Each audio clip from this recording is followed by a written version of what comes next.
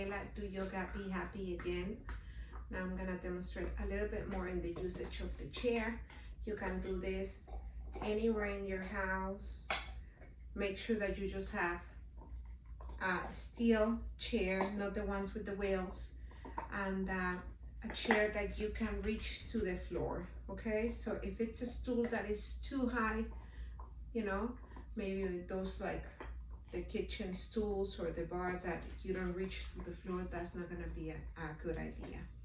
But sit into something that your knees are, you know, like in line with your hip and your feet are completely pressing down, that it's a great chair for you to use. Today what we're gonna do a little bit of standing actually, but that's the type of chair that you can use. Use the one that doesn't have the wheels because we're gonna put pressure on it. So come to standing. I'm gonna demonstrate what you can do as a downward dog. So you can have that chair on the side and you can just send your hands into the top of that chair and you walk back. And I'm just resting my hands on the top and I can bend the knees and send the hips back. I look down and I look at my feet and I check that my feet are parallel. So the line of my feet are straight out. Check that your feet are not opening out and they're not coming, you know, the heels out or the toes out. And just rest there. If you find that you have more mobility, place the hands on the seat and you walk even further back. Let me adjust my chair. Stay there. Stay there. You can place the hands on the rest of the chair. You can bend your knees a little. Look behind, look forward, walk to the front, coming all the way up. So if the hands on the seat is too much, stay in the high note and just walk. You can place the hands in, you can place the chair facing towards you, or you can have the chair facing out and you do the same. It's all about how far or how close you are from the chair. So find that. Look down or look into the back. Don't pull to the chair, just rest the hand from the top. Separate the hands a little, and again, check that the toes are not open up, nor the heels. And walk to the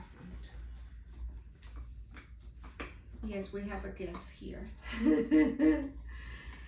Another one for you, very good for you to practice balancing. Keep that chair and bring your right knee up.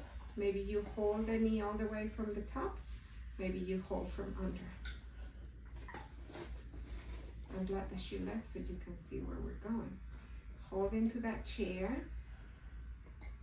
Maybe you don't need to hold that leg and you place the left hand on your hip. Make sure that the leg that goes up is the one that is not next to the chair, is the outside.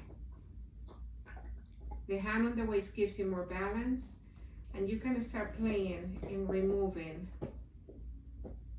the full hand into one finger.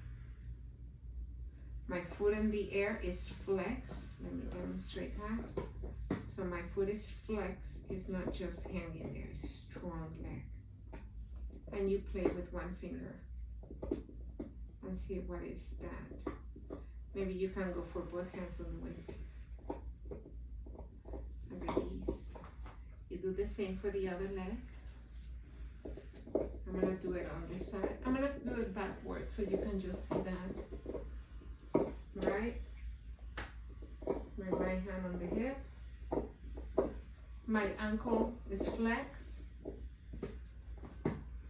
You can do that in the wall. Let me do this on the wall. You can hold from under. You can pull the leg really high up. Maybe you had a foot injury and you cannot practice standing solid in one foot. Do it like this. Maybe you had a surgery. Maybe you start playing and removing that hand. Maybe you have both hands on the waist. And release. The same goes that you can practice again, but with the tree. The hand up or the hand on the waist. The hand up. Play with this. Just play with this. The balancing. Be careful if you're in the carpet. If you have carpet in your house, maybe it's a little bit more challenging. But if you have a little piece of floor or tile, maybe the bathroom, maybe the kitchen, go and try those poses there so you just practice the difference of it. Again, you can either turn from your chair and go up, or let me demonstrate something that I didn't mention. So imagine I'm here on my wall. If you don't have the balance with bringing that foot inside the calf, never place a foot on the knee. But if you don't have the balance to stay here, if this is too challenging, keep the toe down, the hand on the waist, and then you start playing with the toe on the floor. And maybe that's how you start, with the toe on the floor and the hands on the waist. Count the same number of breaths. Find a point that doesn't move in front of you. And do the same count of breaths. If it's 5 breaths, 7 breaths in one side, do it to the other side. And repeat 2-3 times. But truly repeat 2-3 times, because you're gonna notice the difference. As much as you repeat it, the brain starts to get into that training of like knowing where to go, and the brain immediately is gonna adjust and find more balance for the next time you do it. And see the difference. Do it again and again. The more you practice balancing, the better you become at balance.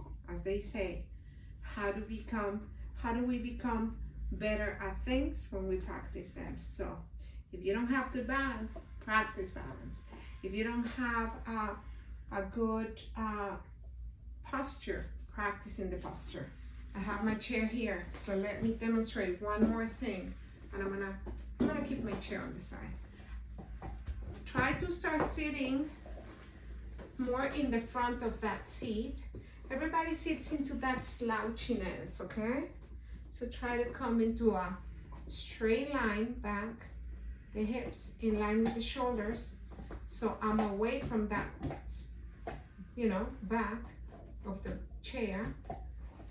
I'm bringing my heels closer. I check that my toes are not open. They're not going out, they're not toeing in, the heels, and try to think of this, shoulders back. Catch yourself when you're in your computer and you're all this. You're like this typing. Get out of there. You're pinching all your back. You're losing the strength of your core. Come out of it and sit there. Catch yourself. How do you eat at your meals? Do you eat them in the sofa like this? Hey, what about start sitting on the floor?